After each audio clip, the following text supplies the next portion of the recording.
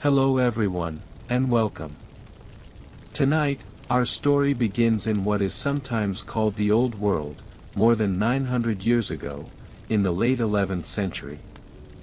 It was a time when a call went out, a powerful and resonant call that was heard in different parts of Western Europe, from the misty shores of Normandy to the sun-drenched fields of Provence.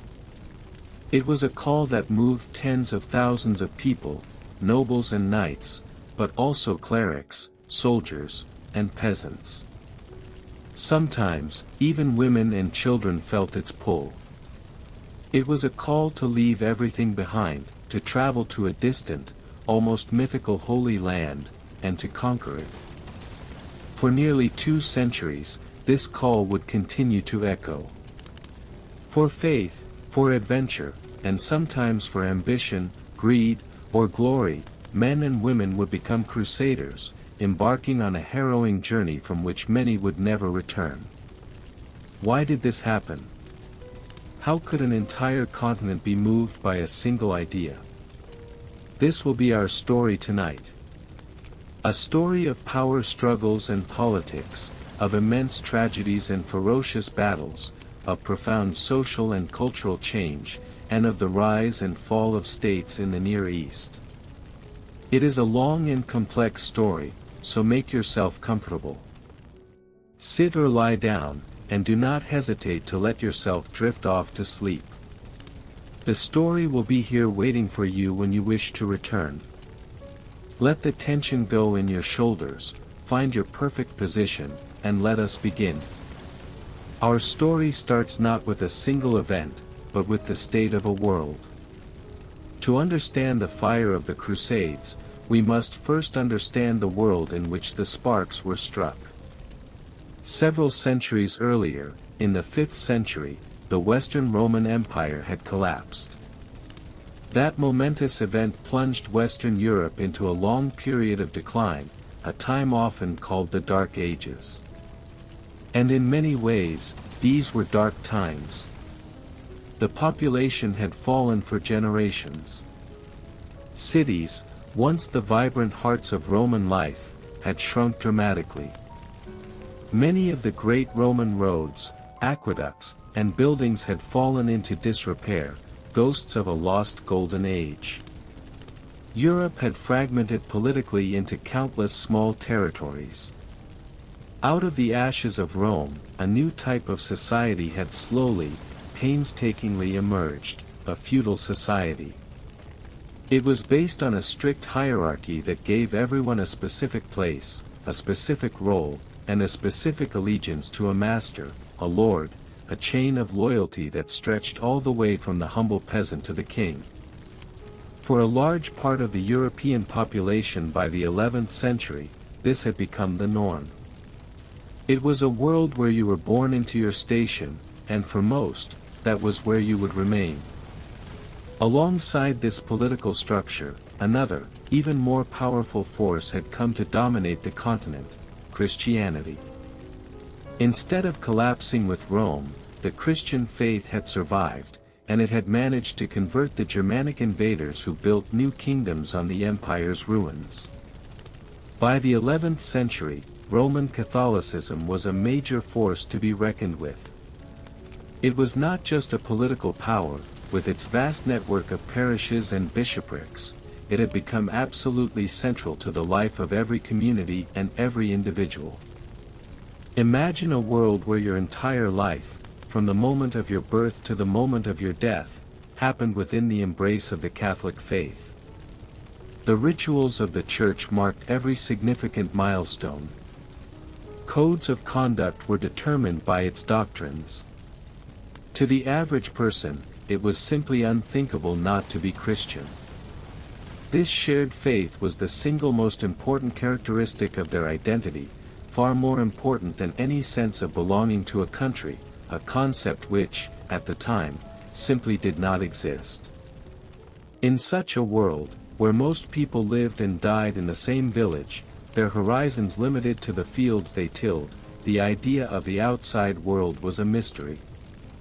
The Holy Land they heard about in sermons was a place that almost existed on another plane, a sacred landscape from a storybook. It was not a place they were ever supposed to go. And yet, things were beginning to change.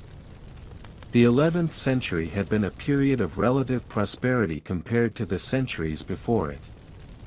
The climate had turned more favorable, new agricultural innovations were improving yields, and the population of Europe was slowly beginning to grow.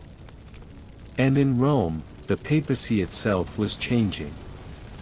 A series of reforms had centralized the Church and asserted its power. The popes no longer saw themselves as just spiritual leaders, but as political leaders of the Christian world, capable of directing the policies of kings and designating common enemies.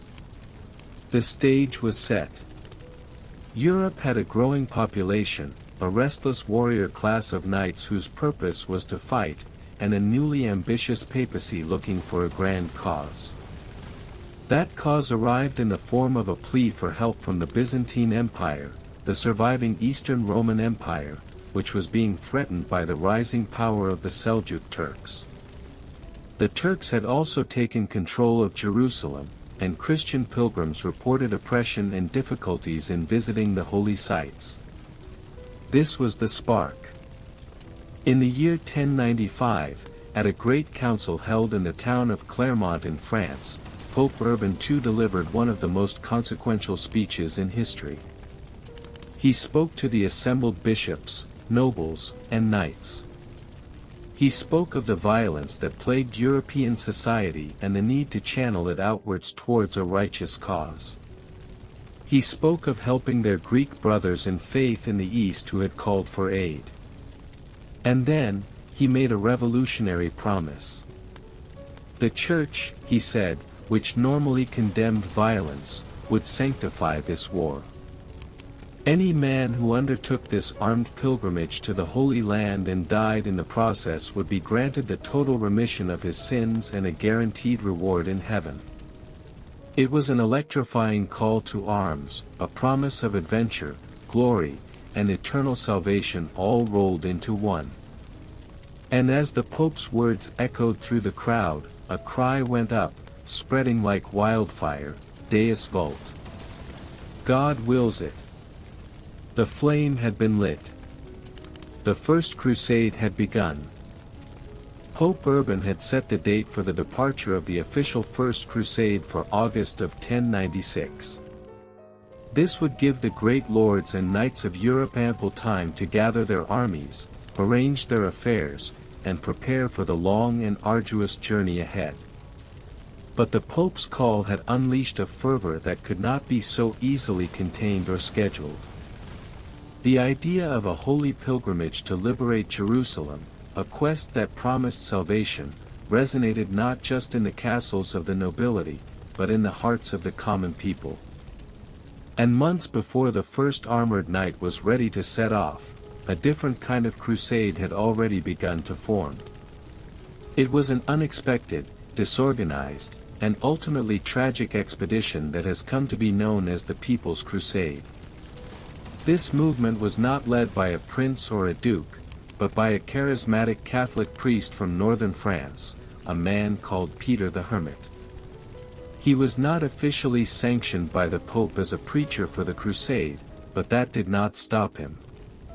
He traveled through the villages and towns, and his words held a magnetic power.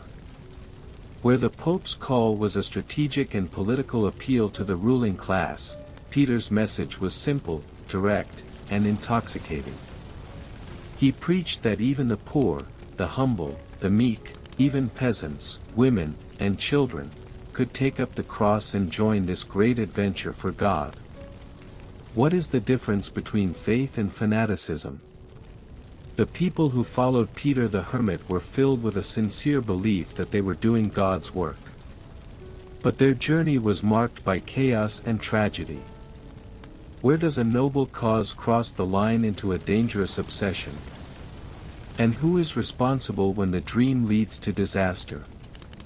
The response to Peter's preaching was astonishing. A great and unlikely flood of humanity began to pour out from the heart of Europe. Tens of thousands of enthusiastic followers, most of them completely untrained for combat, left their homes to follow him. They were farmers who had never held a sword, artisans who had never left their village, whole families caught up in a wave of collective religious ecstasy. They were joined by a few lesser nobles and knights, but overall, it was a disorganized and poorly planned expedition.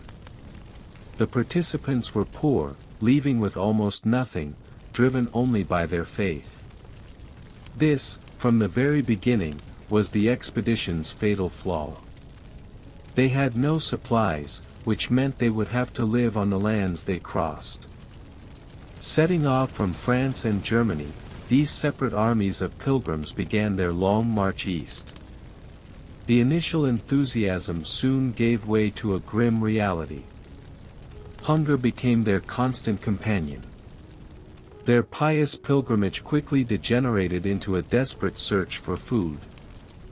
They became, in practice, a looting mob, taking what they needed from the fields and villages they passed through. This led to immediate conflict with the local populations, even in Christian territory. They fought with the Hungarians near Belgrade, who saw them not as holy warriors, but as a dangerous swarm to be repelled. This uncontrolled fervor also had another, more terrible consequence. As some of the armies marched through the region of the Rhine River in Germany, their zeal turned into violence against the Jewish communities they encountered. Making no distinction between different non-Christians, and driven by a mix of religious fanaticism and greed, these mobs attacked and massacred Jewish men, women, and children, leaving a dark stain on the very beginning of the crusading movement. After a journey that cost thousands of lives to starvation, disease, and conflict, the tattered remnants of the People's Crusade finally reached the great city of Constantinople. The Byzantine Emperor Alexios was horrified. He had asked the Pope for an army of elite, professional knights, but instead, he was now faced with a massive, starving, and uncontrollable crowd at his gates. The problem of feeding them was immense, and the mob soon began to loot the suburbs of the city. The emperor knew he had to get rid of them. The only solution was to help them on their way, to send them into the fight they so desperately wanted. And so, the Byzantines helped ferry the entire crowd across the Bosphorus Strait, the narrow channel of water separating Europe from Asia Minor. The moment they stepped onto the other side, they were in the territory of the Seljuk Turks. They were full of misplaced confidence, believing their faith alone would protect them. It would not. There was no way this undisciplined crowd could survive a battle against the well-equipped and experienced Turkish soldiers. And indeed, they did not. A few unequal battles took place, but they were not battles, they were massacres. Most of the People's Crusade was slaughtered or scattered in the arid plains of Anatolia. The great, unlikely flood had ended in a desert of blood and bones. Most of its participants never returned home. Peter the Hermit himself managed to escape and eventually made his way back to France, his great, charismatic movement having ended in nothing but tragic failure. As the tragic story of the People's Crusade was reaching its grim conclusion in the dusty plains of Anatolia, the great armies of the official crusade, the one sanctioned by the Pope and led by the most powerful nobles of Western Europe, were finally on the move. This was no disorganized flood of peasants, this was a river of steel and sinew, a formidable force the likes of which the world had not seen for centuries. In total, it is estimated that between 70,000 and 80,000 people set out from Western Europe in the years following the Council of Clermont, a truly staggering number for the time. Among them were some of the most influential and powerful lords of the age. From the south of France came the wealthy and pious Raymond IV, the Count of Toulouse, leading a large contingent of Provençal troops. From the north of France and the region of Flanders came forces led by the Duke of Normandy, Robert Curthose, the eldest son of William the Conqueror, as well as other powerful counts. From the region of Lorraine came Godfrey of Bouillon, a respected and devout duke who would play a crucial role in the events to come. And from the Norman territories in southern Italy came the cunning and ambitious Bohemond of Taranto, a seasoned warrior who was already a sworn enemy of the Byzantine Empire. These were the princes of the Crusade, each a powerful ruler in his own right, each with his own ambitions, and each leading his own army. Because the logistics of moving such a massive force were so complicated, the armies traveled separately, taking different routes across Europe with a single destination in mind, the magnificent city of Constantinople, the capital of the Byzantine Empire. There, they would join forces and prepare to cross into enemy territory. Over several months, these armies, one by one, arrived at the gates of the great city. For the knights and soldiers from Western Europe, many of whom had never seen a city larger than a small, walled town, the sight of Constantinople was a vision of overwhelming splendor and power. It was the largest and wealthiest city in the Christian world, a jewel of civilization. They stared in awe at its massive, impregnable walls, at the golden domes of its countless churches glittering in the sun, and at the sheer scale of its wealth and sophistication. Their own stone castles back home seemed like crude, humble forts in comparison. But if the Crusaders were filled with awe, the Byzantine Emperor, Alexios I, was filled with a deep and profound suspicion. He was, of course, happy to see this vast army arrive. After all, it was his own call for help against the Seljuk Turks that had initiated this movement. But he was also terrified. He had asked the Pope for a small force of elite mercenaries to help him reclaim his lands. Instead, tens of thousands of armed, independent, and ambitious Frankish lords had appeared on his doorstep. The recent memory of the People's Crusade, which had looted its way across his lands, was still fresh. Furthermore, among the leaders of this new army was Bohemond of Taranto, a man who had attacked Byzantium before and was known to harbor ambitions of carving out his own kingdom in the east. When two powerful allies with different cultures and secret goals are forced to work together, can true trust ever exist? The Crusaders and the Byzantines both wanted to defeat the Turks, but they distrusted each other deeply. Is an alliance built on a shared enemy but not shared values destined to fail? Emperor Alexios, a cunning and experienced diplomat, decided he had to secure his own interests. He met with the Crusader leaders one by one in his lavish throne room. He demanded that they swear an oath of fealty to him. He wanted them to promise that any former Byzantine territories they conquered from the Turks would be returned to his empire. In exchange, he would provide them with the food, supplies, and transportation they needed to cross into Anatolia. The negotiations were tense. The proud Frankish lords bristled at the idea of swearing an oath to a Greek emperor they viewed as effeminate and untrustworthy. But they were in a foreign land, far from home, and they needed his help. One by one, most of the leaders reluctantly agreed and swore the oath. The fragile alliance was forged, built not on trust, but on a delicate, temporary balance of mutual need. True to his word, though limiting his support, the emperor helped the vast Crusader army. His ships ferried the thousands of knights, soldiers, and pilgrims across the Bosphorus Strait, from the shores of Europe to the shores of Asia. As they stepped onto the land on the other side, a new feeling settled over them. They were leaving the last vestiges of the Christian world behind. Before them lay enemy territory, a long and dangerous road to Jerusalem. Their pilgrimage had truly begun. As the last Byzantine ship pulled away from the shore, the great army of the First Crusade stood alone in Asia Minor. Before them lay the vast, sun-drenched, and alien landscape of Anatolia, a world of wide, grassy plains and distant, hazy mountains that was utterly different from the green fields and dense forests of Europe they had left behind. Behind them, the sea, their final link to the familiar, was now a barrier. There was no turning back. They were in enemy territory, and from this moment on, they could rely only on their own strength, their own faith, and each other. Their numbers were formidable, but their leadership was divided among several powerful princes, and their path to Jerusalem was blocked by a series of fortified cities and the armies of the Seljuk Turks. Marching straight to the Holy Land was not an option. They would be leaving enemy strongholds in their rear, a fatal strategic error.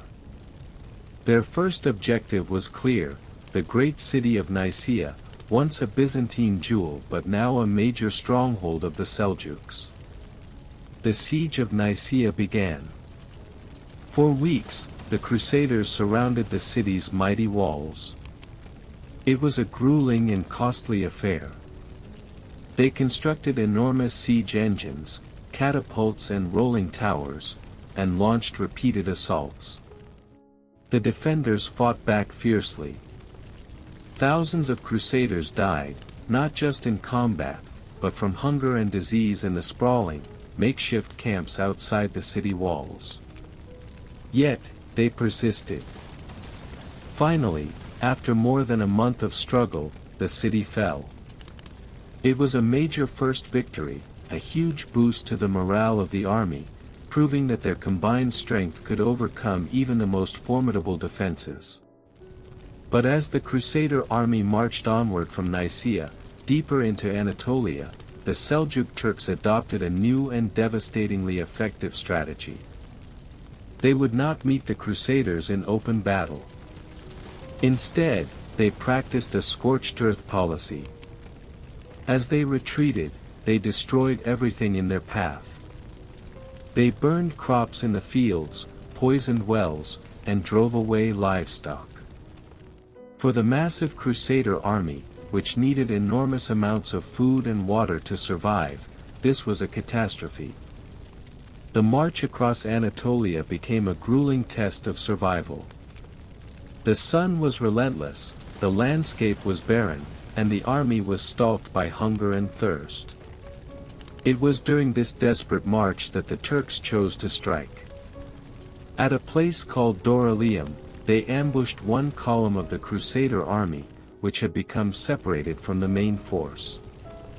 A massive Turkish force, vastly outnumbering the Crusaders, descended upon them. The battle was fierce and desperate. For hours, the surrounded knights fought with incredible bravery, forming a protective circle around their non-combatants, but they were on the verge of being completely overwhelmed. Just as all seemed lost, the main Crusader army, led by Godfrey of Bouillon and other princes, appeared on the horizon. They had heard the sounds of battle and marched with all possible speed. Their arrival turned the tide completely. The now outnumbered Turks were routed, and the Crusaders had won another stunning, hard-fought victory. They had defeated the main Seljuk force in Anatolia. The way south toward Syria was now open. But while they had proven their strength against an external foe, a new, internal weakness was beginning to show. The army had multiple leaders, but no single commander. Each powerful lord had his own ambitions, his own followers, and his own ideas about how the crusade should proceed. The Crusaders were a mix of pious pilgrims who sincerely wanted to free the Holy Land and ambitious lords who saw this expedition as a golden opportunity to gain new lands and titles for themselves. Can these two motivations truly coexist in one person, or in one army? When you are fighting in the name of God, but also for personal glory and wealth, which motivation do you think ultimately wins out? For two of the leaders, Baldwin of Boulogne and Bohemon's nephew Tancred, personal ambition proved the stronger call. Seeing this new land open before them, they decided not to continue with the main army towards Jerusalem. Instead, they broke away with their own followers, heading east to carve out a territory for themselves in the Armenian lands. There, in a chaotic campaign, Baldwin conquered the lands around the city of Edessa and established himself as its ruler, creating the very first of the Crusader states.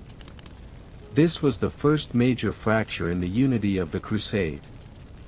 The main army, now smaller but still powerful, watched them go with mixed feelings.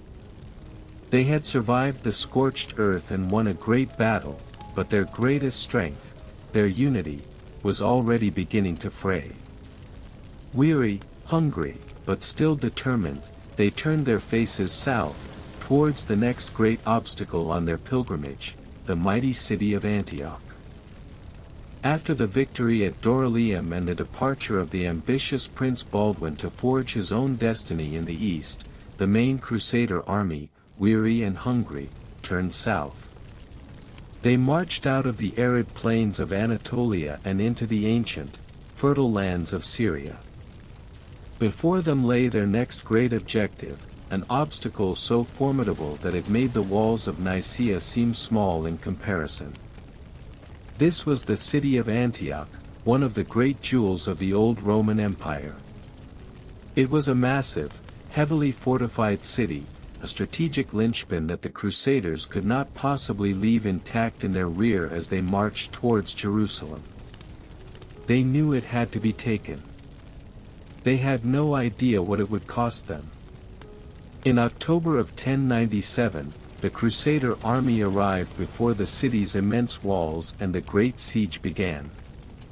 It would not be a matter of weeks, but of months, 8 long, grueling, and soul-crushing months that would become the great ordeal of the First Crusade. The initial confidence of the army soon gave way to a grim reality. The city was too large and its defenses too strong for them to completely surround it, and their initial assaults were easily repelled. The siege ground down into a long, agonizing war of attrition, a battle against not just the Turkish defenders, but against the slow, creeping enemies of starvation and despair. As autumn turned to winter, the Crusaders' situation became desperate. Their food supplies, already low after the march across the scorched lands of Anatolia, ran out. Famine took hold of the sprawling camps outside the city walls. Men were reduced to eating their own horses, then pack animals, then dogs and rats. Some even resorted to boiling leather hides for sustenance. Thousands died, not from the sword, but from starvation. Disease ran rampant through the weakened army, and the cold winter rains turned their camps into a miserable sea of mud. Morale plummeted. Men who had left their homes full of pious zeal now deserted in the night, trying to make their way back to a world of warmth and food. The leaders of the crusade, the great princes, argued amongst themselves over strategy, their rivalries and distrust growing with each passing day of hardship. In the depths of a long and hopeless struggle, when starvation is a daily reality and despair is your closest companion, what keeps a person going? Is it the memory of their original goal?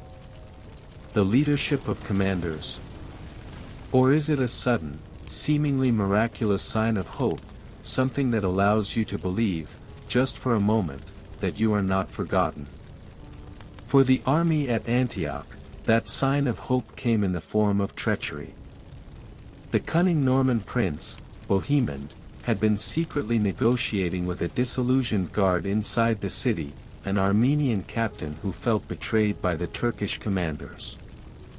A deal was struck.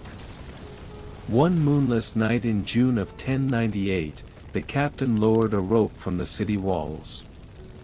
Bohemond and a small, elite group of knights scaled the walls, overpowered the nearby sentries, and opened a gate. The Crusader army, now a gaunt and starving shadow of its former self, poured into the city.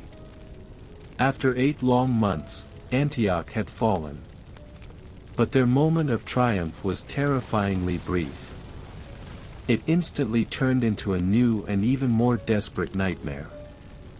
A massive Seljuk army, which had been marching to relieve the city, arrived just as the Crusaders had taken it. The tables were turned in a heartbeat. The besiegers had become the besieged.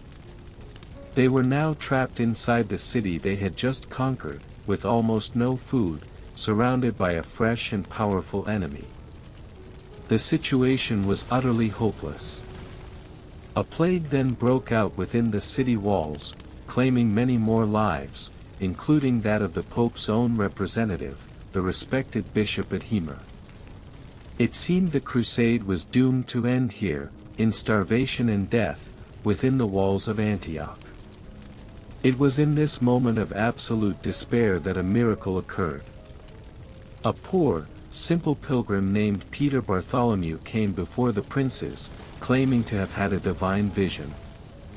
In his dream, he said, Saint Andrew had revealed to him the location of the Holy Lance, the very spear that had pierced the side of Christ on the cross, which he claimed was buried beneath the floor of one of the city's churches.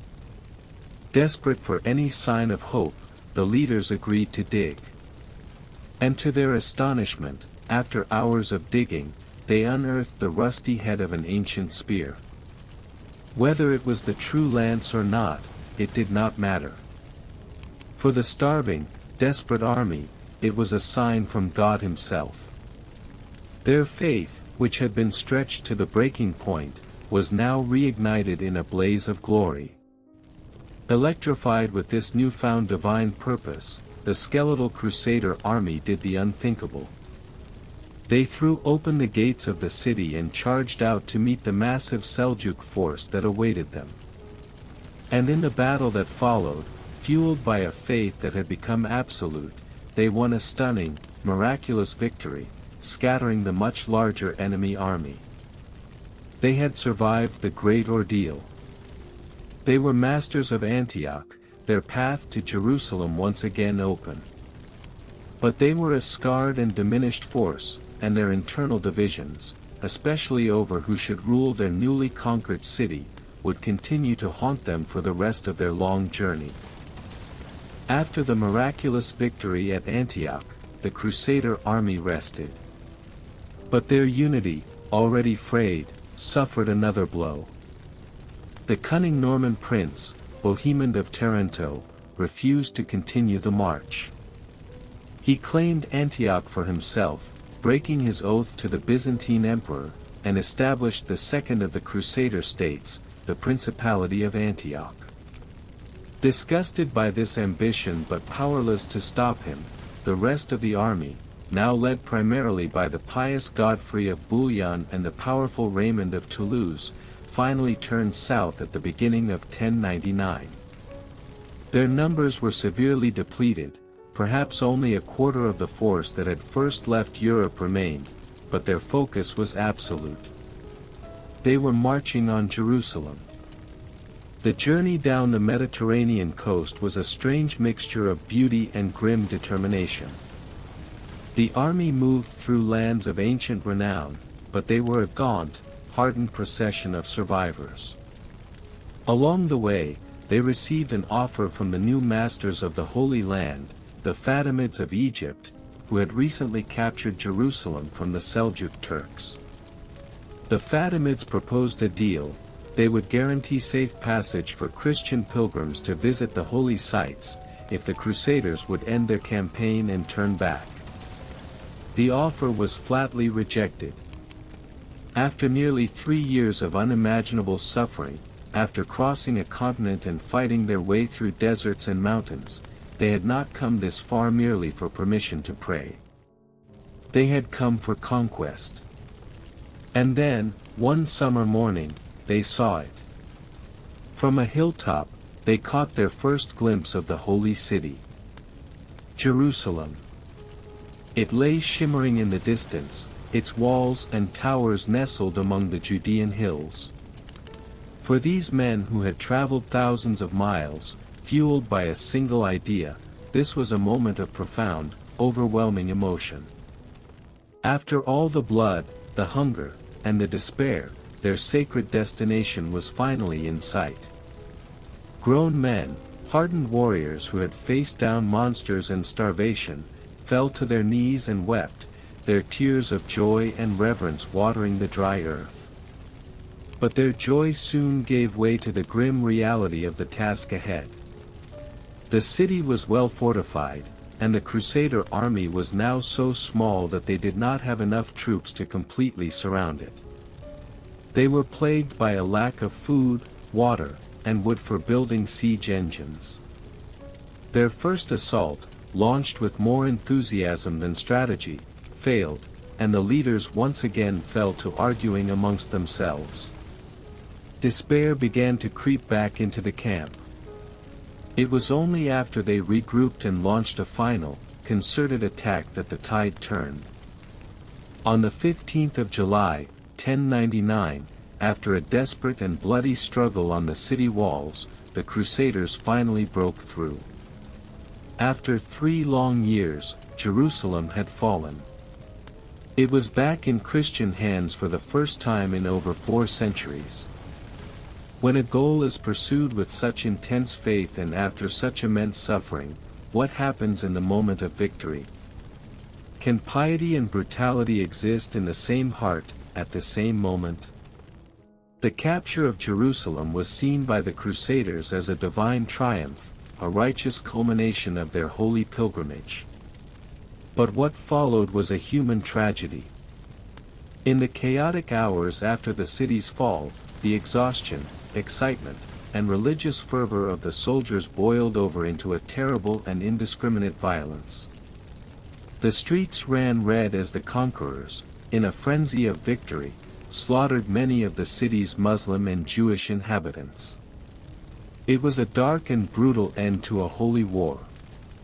But the crusade was not yet over. A massive Fatimid army, sent from Egypt to relieve Jerusalem, soon arrived in the region, landing at the coastal city of Ascalon. The Crusaders, though outnumbered and exhausted from their recent siege, knew they had to face this final threat. In a testament to their incredible discipline and experience, they marched out of Jerusalem and met the Fatimid force by surprise. The ensuing Battle of Ascalon was a swift and decisive victory for the Crusaders, who completely routed the larger Egyptian army. This final victory secured their conquest. The Holy Land was theirs. With their primary goal achieved, the Kingdom of Jerusalem was established, the most important of the new Crusader states. The great lords elected Godfrey of Bouillon as its first ruler. In a gesture of profound piety, Godfrey refused the title of king in the city where his savior had worn a crown of thorns, choosing instead the humbler title of defender of the Holy Sepulchre. The First Crusade was over. It had succeeded against all odds. But its triumph was built on a foundation of unimaginable suffering and a final, terrible act of violence. The Holy City had been won, but the struggle to keep it had only just begun.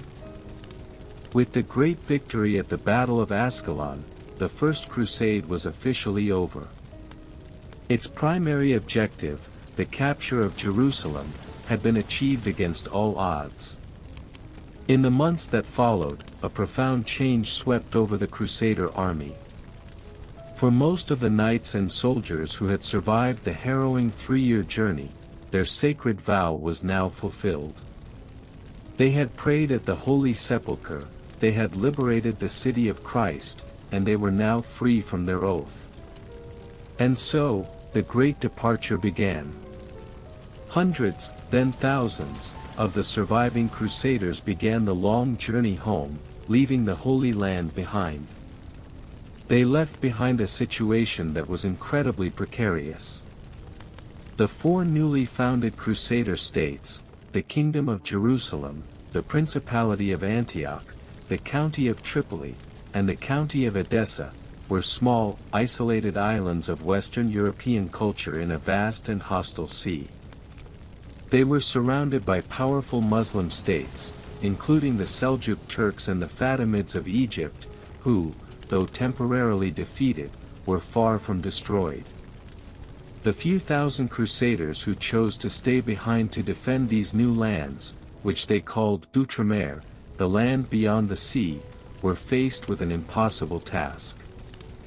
They were in a state of constant, low-intensity warfare, a life lived on a perpetual knife's edge. Their existence was fragile, and they were in desperate and constant need of reinforcements from Europe just to survive. After a great quest is over and the ultimate prize is won, what comes next? The Crusaders took Jerusalem, but now they had to live there, a tiny minority in a hostile land. Is the struggle to maintain and survive more difficult than the initial struggle to conquer? And what kind of person does it take to dedicate their entire life to defending such a fragile dream? To answer this challenge, a new and unique type of organization arose in the Holy Land, an institution that would become a symbol of the crusading era, the religious military orders. These were societies of knights who were also, in a way, monks. They took religious vows of poverty, chastity, and obedience, but they fulfilled their commitment not through quiet prayer in a monastery, but as elite, full-time warriors, dedicated to the defense of Christendom. The first of these to gain prominence were the Knights Hospitaller. They began, as their name suggests, as a charitable organization running a hospital in Jerusalem, dedicated to caring for the thousands of poor and sick pilgrims who flocked to the city after its capture. But in this dangerous land, they soon realized that protecting the pilgrims was as important as healing them. The order evolved, taking on a military role, their members clad in black robes adorned with a white cross, embodying their dual mission of charity and warfare. But the most famous and powerful of all these orders would be the poor fellow soldiers of Christ and of the Temple of Solomon, known more simply as the Knights Templar. Founded around 1118, their original purpose was to protect pilgrims on the dangerous roads leading to Jerusalem. They became a formidable fighting force, the elite shock troops of the Kingdom of Jerusalem, instantly recognizable in their distinctive white mantles emblazoned with a bold red cross. The Knights Templar were warrior monks, men who prayed like monks but fought like lions. But they were also brilliant innovators. To aid the pilgrims they were sworn to protect, they created one of the earliest forms of international banking. A noble in France could entrust his wealth to the Templars before leaving for the Holy Land and receive a letter of credit. He could then travel with this simple piece of paper and, upon arriving in Jerusalem, present it at the Templar headquarters to withdraw his funds. This system made them incredibly wealthy and powerful. Though each knight was individually sworn to poverty, the order itself amassed enormous fortunes, owning lands and commanderies all across Europe. They became bankers to kings and popes, a multinational corporation clad in the mantle of a holy order. For decades, these military orders became the backbone of Outremer. They were the permanent, professional army that the fragile kingdom so desperately needed. They garrisoned the great castles that were built across the land, magnificent fortresses that blended European, Byzantine, and Muslim architectural styles. Propped up by these warrior monks and the occasional arrival of new crusaders from the west, a fragile balance was maintained. For a time, it seemed this strange, transplanted kingdom might just survive. But far to the south, in Egypt, and in the heart of Syria, the seeds of a great Muslim reunification were being sown. A new leader was about to emerge, a man who would unite his people under the banner of holy war and change the course of history forever. The fragile peace was not destined to last. For nearly half a century after the First Crusade, the Crusader states of Outremer clung to a fragile existence. Propped up by the military orders and occasional reinforcements from the West, they survived, a curious blend of European culture on Middle Eastern soil. But this precarious balance was shattered in the year 1144. The northernmost of their states, the county of Edessa, fell to a powerful Turkish chief named Zengi. It was the first time a Crusader state had been completely eliminated, a shocking wake-up call that the work of the First Crusade could be undone. The news sent a wave of consternation across Christendom, and the Pope called for a new, Second Crusade. This time, it was to be led by the most powerful kings of Europe, Louis VII of France and Conrad III of Germany. But the enthusiasm of 1095 was gone. The expedition was poorly coordinated and ended in a disastrous failure. The armies were defeated separately in Anatolia and accomplished nothing, revealing a bitter truth: the Crusaders could be beaten, even in large numbers. While the West faltered, the Muslim world, for so long fractured and divided, began to unify. After Zengi's death, his successor, Nur al-Din, consolidated power in Syria. And he sent one of his generals to the court of the Fatimids in Egypt. With that general was his young, brilliant, and ambitious nephew, a man the world would come to know as Saladin. Saladin's rise was meteoric. Through his cunning and military skill, he quickly became the most powerful figure in Egypt. In 1171, he abolished the rival Fatimid Caliphate, uniting Egypt with Syria under his own rule and pledging his allegiance to the Caliph in Baghdad. For the first time in decades, the Crusader states were faced not with a collection of bickering rivals, but with a single, powerful, and unified state, led by an astute and determined master who had made it his life's mission to expel them from the Holy Land. The tide had turned. What makes a great leader? Is it the unifying political genius and military might of a figure like Saladin, who built an empire? Or is it the incredible personal courage and unwavering spirit of the man who now rose to oppose him? As Saladin was building his empire, a new king ascended to the throne of Jerusalem in 1174. His name was Baldwin IV. He was a teenager, only 13 years old, and he was afflicted with a terrible disease. Since childhood, he had suffered from leprosy, a condition that was progressively disfiguring his hands and face and would surely lead to an early death. He was known as the Leper King. Yet, despite his illness, Baldwin possessed a will of iron and a courage that became legendary.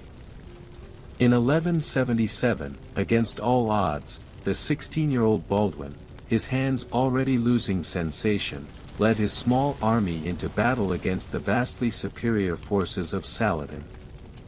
At the Battle of Montgessard, the Crusaders achieved a stunning, miraculous victory. The young Leper King, fighting with a determination that seemed almost superhuman, became a beacon of hope for the struggling kingdom, his courage holding it together against both the forces of Saladin and the internal plots of his own nobles, who were already fighting over his succession.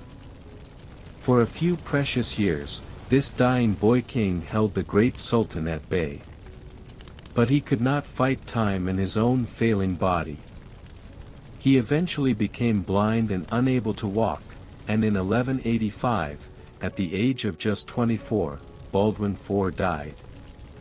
With his death, the spirit of the Kingdom of Jerusalem seemed to die with him. The internal feuds he had suppressed now erupted, and the kingdom fell into chaos.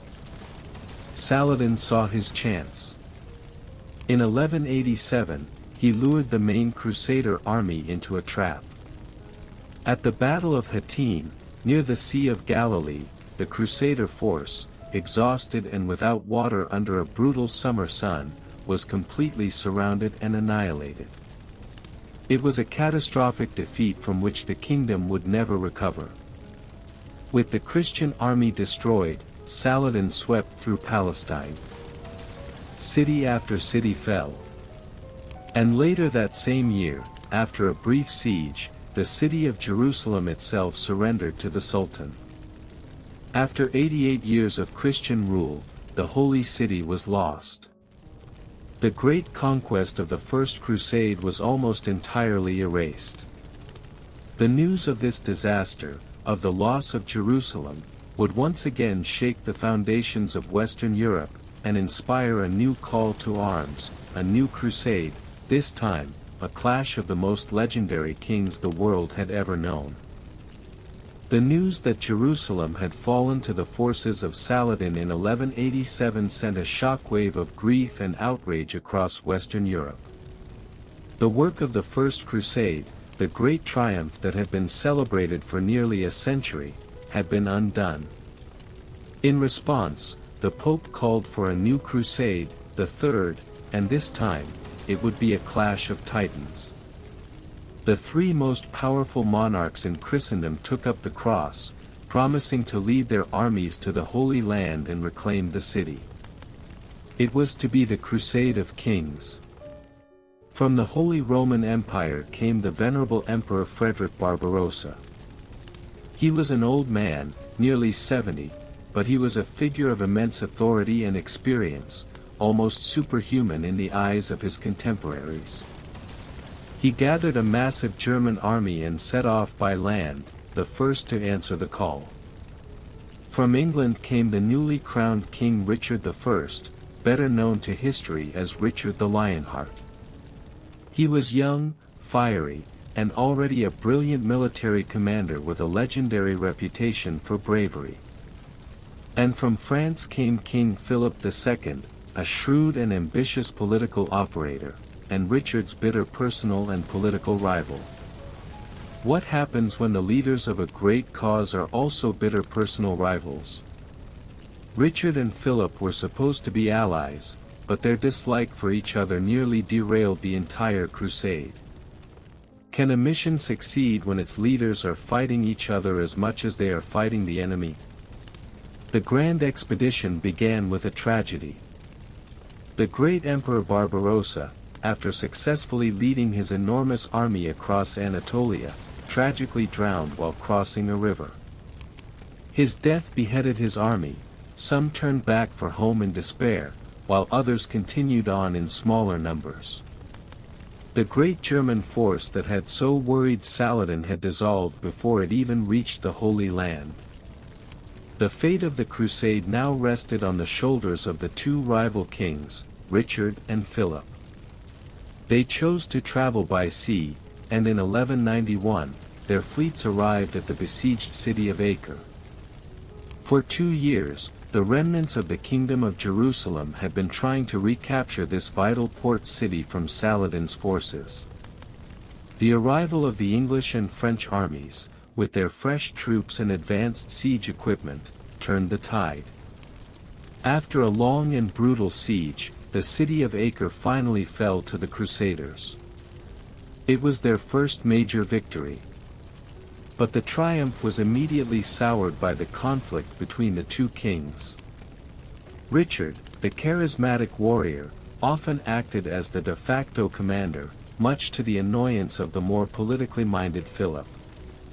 Shortly after the fall of Acre, King Philip of France announced he was returning home, citing illness and the urgent need to settle affairs in his kingdom.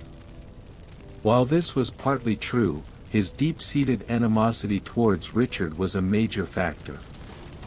He left a significant portion of his army behind, but his departure meant that Richard the Lionheart was now the sole, undisputed commander of the Third Crusade. What followed was a brilliant and ruthless military campaign, a great strategic duel between two of history's most legendary opponents, Richard the Lionheart and the Sultan Saladin. Richard led the Crusader army south from Acre, marching down the coast towards Jerusalem. Saladin's forces harassed them constantly, but at the Battle of Arsuf, Richard's superior tactics and the discipline of his knights won them another decisive victory. He recaptured the port of Jaffa and continued his push inland, until the Crusader army stood just 12 miles from the walls of Jerusalem. The holy city was within his grasp. But it was here that Richard, the great warrior, showed himself to be a pragmatist. He knew his army was depleted, exhausted, and far from its supply lines on the coast. He knew that even if he could succeed in taking Jerusalem, he did not have the manpower to hold it against Saladin's inevitable counterattack. With a heavy heart, he made the difficult decision to turn back. He would not risk destroying his army for a victory that could not be sustained. The war had reached a stalemate. Richard was a brilliant field commander who could not be defeated in open battle, but Saladin had the resources and strategic depth to prevent Richard from ever capturing the ultimate prize. Both sides were exhausted. And so, the two great leaders, who had developed a strange and chivalrous sense of mutual respect for one another, began to negotiate. In 1192, they signed the Treaty of Jaffa. It was a compromise. Jerusalem would remain under Muslim control, but Saladin guaranteed that unarmed Christian pilgrims would be allowed to visit the city and its holy sites freely and safely. The Crusaders would keep control of a thin strip of land along the coast, ensuring the survival of their kingdom, at least for now. The Third Crusade was over. It had failed in its primary objective of recapturing Jerusalem, but it had succeeded in saving the Crusader states from complete annihilation and had restored access for pilgrims. It ended not with a final, cataclysmic battle, but with a truce, an agreement born of mutual exhaustion and respect between two formidable kings. The Lionheart would soon depart for home, leaving Saladin as the undisputed master of the Holy City, and leaving the future of the Holy Land more uncertain than ever. The Third Crusade ended in a stalemate, a truce born of mutual respect between two great kings. Jerusalem remained in Muslim hands, but Christian pilgrims were once again able to visit the holy sites. For a time, a fragile peace settled over the land. But in the West, the idea of reclaiming the Holy City had not died. In 1198, a new and powerful pope, Innocent III, called for another great expedition, a Fourth Crusade, to finally finish the work that Richard the Lionheart had been unable to complete. But the world had changed. The great kings of Europe were busy with their own wars and rivalries. The initial fervor that had launched the first two crusades had cooled, replaced by a sense of weariness. The response to the Pope's call was disorganized. A number of powerful French nobles took up the cross, but without a king to lead or finance them, they were faced with a serious logistical problem: how to transport their army to the Holy Land. They decided to contract the maritime Republic of Venice. Venice was not a kingdom of pious knights, but a pragmatic city-state of merchants, and their leader, the cunning and elderly Doge Enrico Dandolo, saw not a holy mission, but a business opportunity. He agreed to provide the ships and supplies to transport the Crusader army, but for an enormous price. The Crusaders, confident they could raise the funds, agreed. In 1202, the Crusader army began to gather in Venice. And it was here that the great mission began to unravel. Far fewer knights arrived than had been anticipated, and they were unable to pay the staggering fee the Venetians demanded. They were trapped, an army with a holy vow, stuck on an island, and deeply in debt to their hosts. The cunning Doge then made a proposal, a deal that would be the first step towards disaster. He told the Crusaders they could pay off their debt with service. All they had to do was help Venice capture the rival port city of Zara, down the coast of the Adriatic Sea. There was just one problem: Zara was a Christian city. This was a moment of profound moral crisis. The Pope himself condemned the plan, threatening to excommunicate anyone who took part. But the Crusaders were desperate. They saw no other way to continue their journey to the Holy Land. And so, with heavy hearts, the army of the cross sailed not to fight the enemies of their faith, but to attack their fellow Christians. The city of Zara was besieged and taken. The crusade had been hijacked for the first time. How does a holy mission become so corrupted? A crusade that was meant to reclaim Jerusalem ends up destroying a Christian city for commercial gain. Who is to blame? The ambitious pope who launched the mission? The pragmatic Venetians who cared more for gold than God? Or the Crusaders themselves, who allowed their sacred vow to be compromised by worldly concerns? While they were wintering in the conquered city of Zara, another, even more tempting diversion was presented to them. A young Byzantine prince, Alexios Angelos, a pretender to the throne of Constantinople, arrived in their camp. He made them an extravagant offer.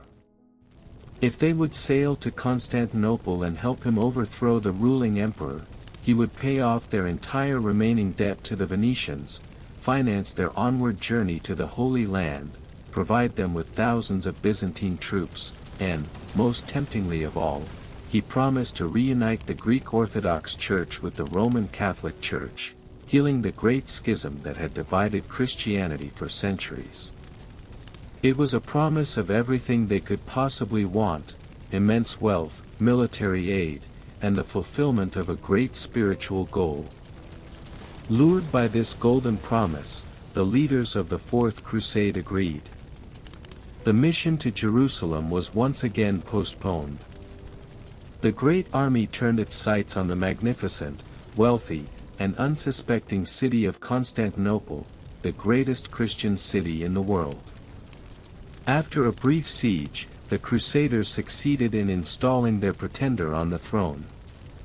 But it soon became clear that the new Emperor Alexios IV had promised things he could not deliver. The imperial treasury was empty, and the people of Constantinople hated him for bringing the Latin army to their gates. He was unable to pay the Crusaders the fortune he had promised. And so, the Crusaders, feeling betrayed and still stranded far from their goal, decided to take by force what they believed was owed to them. In 1204, in one of the most tragic and shocking events of the entire medieval period, the army of the Fourth Crusade attacked, captured, and brutally sacked the city of Constantinople. For 3 days, they plundered the magnificent capital of their fellow Christians.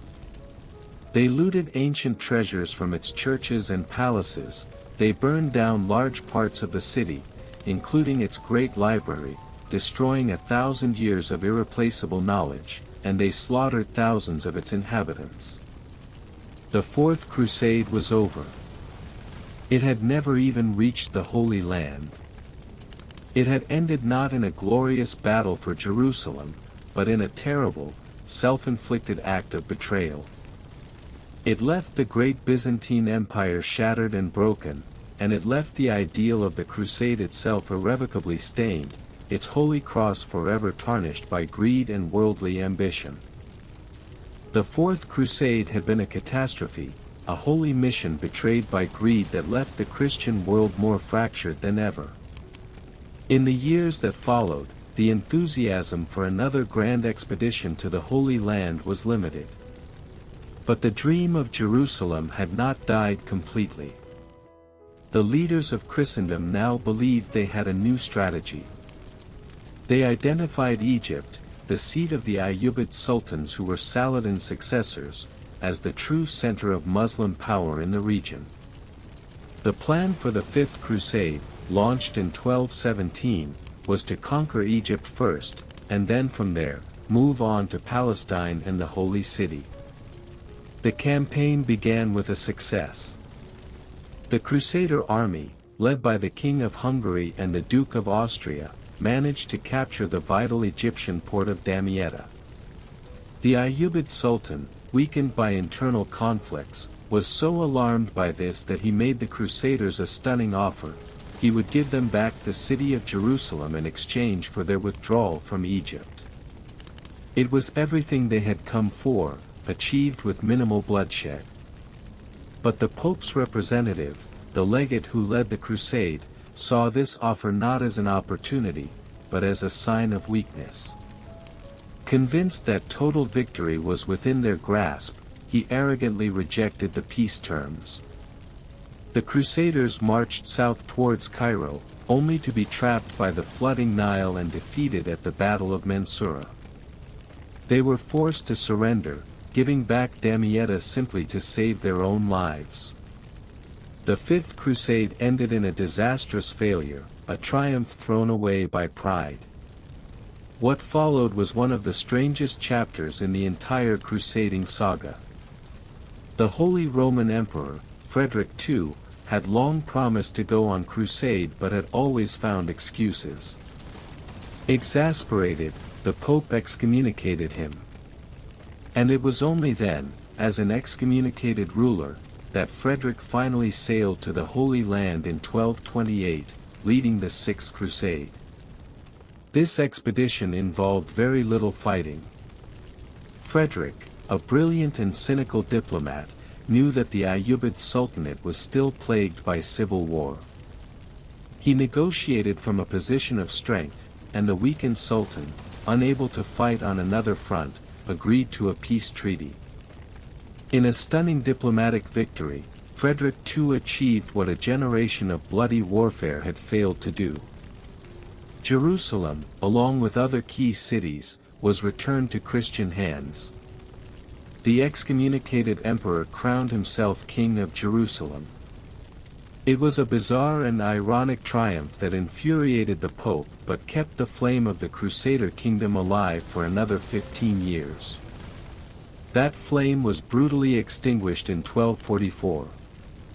A new, chaotic force had been unleashed in the Middle East, the Khwarezmian mercenaries, the remnants of a great empire destroyed by the Mongol invasion. Hired by the Egyptian Sultan, these fierce warriors stormed the Holy Land and captured Jerusalem. The city was brutally sacked, and a hastily assembled Crusader army was annihilated at the Battle of La Fourbe. For the second and final time, Jerusalem was lost to the Christians. After so many failures, betrayals, and fleeting victories, why did people continue to pursue this cause? What is it about a powerful idea or a deep faith that can inspire people to continue a struggle, even when all evidence suggests it is a lost cause? The answer, perhaps, lay in the heart of one man, King Louis IX of France, later known as Saint Louis.